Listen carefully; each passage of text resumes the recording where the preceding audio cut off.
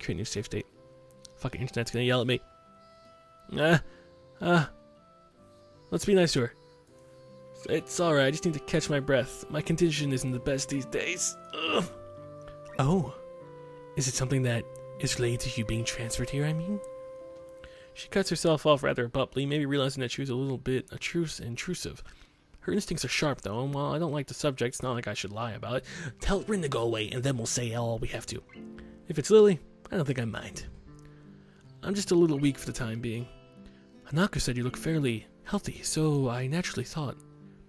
Lily doesn't finish her sentence again, letting it trail off with a measure of concern. As she furrows her brow, Lily's uncomfortable expression spurs to me, to say the least, something to ease her feelings. It's surprising she's flustered, considering her straightforward attitude with her own blindness. She must own that all not sure or comfort about such things. I'm gonna die. No, it's okay. I have a pretty, I guess the way to put it would be a messed up heart arrhythmia. I have a bad heart attack a while ago because of it, and spent most of my time this spring in the hospital. Ended in Yamaku on doctor's orders. Nothing I can really do. She silently nods her head in acknowledgement. Her answer, though, only seems to make Lily furrow her brow even more.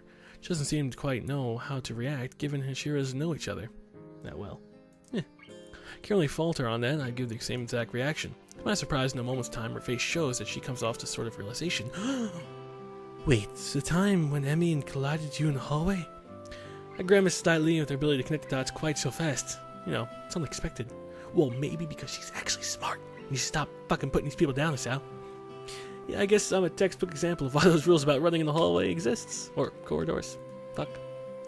That was a lot more dry than I intended. Lily visibly shies away from continuing the topic. Well, thank you, Lily. You're very nice. Well, I do want to assuage her concern. Really don't want to dwell on this either. Don't worry about it. I'm cool, brah. I'm good. Me and Kenji, we were drinking some booze before. Tried to offer a reassuring smile, but then I realized the futility. Without knowing this, Lily smiles at me, reassuring, but doesn't say anything further. And Rin just stands there like an idiot. Arriving at the dorms, Rin stops in front of her mural, urged her murmur as if lightning struck her. She had been there for quite for almost a walk back, and thought about she'd forgotten she was here. It's Friday, isn't it? You know, I'd expect you guys to know, since maybe you would know some time, since I can't really look at a watch or take the calendar off the wall, you know, because I have no arms. Yes, Friday, the 8th of June. Oh, the 8th of June. This is bad, you know, real bad. Very bad. Bad? Why? I think I'm going to a fetal position to throw up, possibly in reverse order. You know, I'll throw up and then go into fetal position. Is something wrong, Rin? No, nothing is wrong. It's Friday and nothing is wrong with that. It's Friday. Everything's good on Friday. This mail is going to need to be finished by Sunday, so everything's alright. Do you have any drugs or a time machine, please? I know you would because you're fucking crazy, so I thought you'd have some crazy shit on you. This is not good. So not good. Not good as his heart condition, not good as you being blind. Not good. So she's behind her schedule. Calling she didn't exasperation at Rin's carefree attitude several days ago, I don't think she knows what to think. She's left herself open for a told you so, unless she could pull off whatever she needs to pull off by Sunday morning. You know, 2 days before Friday. 2 days after Friday. Rin keeps staring at the mural, looking as mortified as she can. Leave me. I'm going to need to work for a while. Not like you people know how to work. Fucking blind and heart person. I glance at Lily, expecting her to share an incredulously look with me as I roll my eyes. Then I realize she's not going to do that one kind of thing. Well, because, well, you're an idiot, Sal. Just that's all that needs to be said. You're an idiot. Leave me! We do, of course, not wanting to aggravate her any more than she already is. No, that'd be bad. There's a churning feeling in my gut. Rin sure has a knack of making people feel worried about her. Yeah, because she's a guilt person. Seems like a person who should never be left alone, because she'll kill people. Maybe we should call someone. You sound like she was going to shock or something. Come on, say no, Lily. Say you don't care about her. I'm sure she'll be just fine. She's how do I say, an overactor. Lily cocks her head a little bit. Lily said cock. Trying to find, or she cocked it. Fuck it, I said cock. Trying to find a polite way of calling Rin crazy without calling her crazy. She's just crazy. Unique? Yes, a very unique person. I guess you could say that. She giggles at the notion melodiously, nodding in agreement. Sorry about leaving you stranded as you talk to her. I don't understand her, so I keep my distance. You know, I just feel around with my stick. So my guess was right. Lily offers a slight, apologetic smile as if she was sorry that her own shortcomings had prevented her from becoming closer to Rin. Well, I guess I could see that. I'm not one to blame her at all. Lily lets slip a long breath, probably a disguised yawn. Imagine she's exhausted by all this as I am. I better leave now, and give these to Hanako. Thank you for the company, Hisao. She smiles very sweetly at me. It feels different than normal, despite the fact that she seems to be smiling so often. She's too happy. She's gonna get hit by a bus like we were talking about before.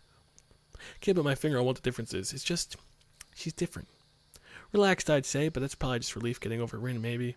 Yeah, good night. Say hi to Hanako for me. Wait, they sleep in the same dorm. Oh, God. More fan fiction. I will. Good night. Fade to black. Do-do-do, do-do-do. Yeah, do-do-do, do-do-do, do-do-do. Katawa Shoujo, Katawa Shoujo. What do we wake up in the fucking classroom? That's unlucky. The students roll into class for the Saturday morning session. Why is Saturday morning? Each and every one of them sporting a tired eyes of people that have worked through the night. Yeah, because we did. We were in town. With only a day left to prepare, I suppose it's not so surprising. Thankfully, we only have to suffer through classes until the lunch break. Then, our time is on the road. Oh God, fucking Batman. At least you got a new jacket, right? Was it always brown? No, I think it was always brown. I can't fucking remember.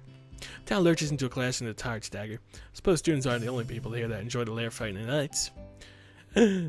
Keanu, getting it done. Without saying a word, he scrolls some page and question numbers on the board and slumps down at his desk. Oh, he's fucking drunk. It's completely atypical behavior for him, but it appears that no one in the class is going to call him out on it. Because I tell you, I had that in high school. We had a younger guy, and you could definitely come in. You definitely tell. Like on Monday nights, for example, I guess after like a long time of like partying for the Super Bowl or whatnot, he would come in and like fucking, he just put his head down on the desk, or he'd hop in the movie and just put his head down and just like fucking go to sleep. It was hilarious because you knew it. He was fucking hungover. Okay. Wordlessly, the students shovel their textbooks into position and get to work. Not wanting to break the trend, I do the same. Of course, you don't want to be, the odd figure around. Fatigue has made the class antisocial. Not a peep is heard among the ruffling papers. Don't be Shizuna Misha. Don't be Shizuna Misha. Oh, thank God. Misha and Shizuna aren't present. Probably doing some council work for the festival. Man, we must present to the council. It's very quiet without Misha present. I wonder if she was born as rowdy as she was, or if she's making it up for Shizuna's lack of voice. I never really thought of that way. Shizuna doesn't speak, so Misha's twice as fucking energetic. Makes sense, although it would be very strange. Very strange, but then again, those two are inseparable. Nakai, can I speak to you for a moment? I got some justice that needs to be handled. So engrossed in thinking about Misha that I don't even notice Mattel approaching my desk. Sure, what's this about, Batman? It's probably better if we speak outside the classroom. Oh God, someone's probably dead. Please, don't let someone be dead. Something else doesn't sound too good, but I stand up and follow him into the hallway. Mattel stands in the hallway, scratching his head as he works out what he's trying to say. Not knowing what's going on, I kind of wait silently. So, tell me, how are things here? Things? Expecting how to be a little vague, but this is really pushing the limits. Things means so many different fucking things. Things for that week to settle in now. How are things? Fine. I see. And how's your condition? I'm Batman. A pause before condition seemed a little unnecessary. A bit too fucking dramatic. Goddamn it, Batman. Haven't had any problems so far. That's a fucking lie. A brief shimmer of relief passes across Metal's face. Good, that's good. The school nurse is a little concerned. Might have been pushing yourself a bit too hard. No, I didn't run. Everything's cool. Ask me to keep an eye on you. Make sense, thanks. And that's how you don't blow us off so freely, as we try to give you the level of education that you get out of normal school. We have to realize you have limits. Our goal is to... Oh, guys, way too fucking long. Our goal is to make sure you don't know those limits are and how to maximize your potential with them. Do you follow me? I don't plan to do anything stupid. Well, that's a start, I guess.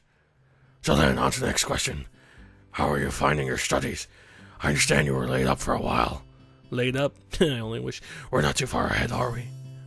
I really don't think so. I tried to keep up with when I was in the hospital, so it hasn't been too hard. Makes sense to me. Tao taps his chin, raising an eyebrow as he absorbs this information like a sponge, or a book, if you will. Is that so? I suppose there are still students out there that realize the importance of learning. Wouldn't go that far. I was only trying to keep myself occupied in my little life support prison. Otherwise, if I moved, I would probably die, and if I didn't do anything, I would then die of boredom. So, yeah, I'm pretty sure it wasn't really a want. It was more of a necessity. Yeah, you've got to keep up with these things, right? Trying to learn, lead the free world. That's exactly it. One wrong move in this world and you're left behind, right? As Batman says, danger is everywhere. Alright, wouldn't want that to happen. No, you wouldn't. Every week there's new scientific discovery. The Joker's on the loose. Most of them mean nothing, but it's the fucking big thing. I'll keep that in mind. It's obvious that Mattel's serious talk is over, and he's come back to a standard, slightly scatterbrained approach to life. I think in hindsight that I prefer him this way, slightly more predictable in his unpredictability. Well then, if that's all I have to say, let's get back inside, shall we? My relief is that the suggestion is insurmountable. It means you can't be measured. Sure, you're the boss, right, Mr. Keanu Reeves, Batman? Mattel pauses for a moment. I don't think any of my students have ever said that to me before. I'm Batman and I get no respect. For an instant I consider replying this, but something deep within tells me that shut my mouth and get back to the classroom. A few students jump at the sound of the door, rapidly trying to pretend that they are working on questions on the board. Yeah, okay. Fucking everyone. The minute teacher goes out, they're all talking. Some don't even bother their heads, slumping on their desk as they nap. Thankfully, it appears that Mattel does not even notice them.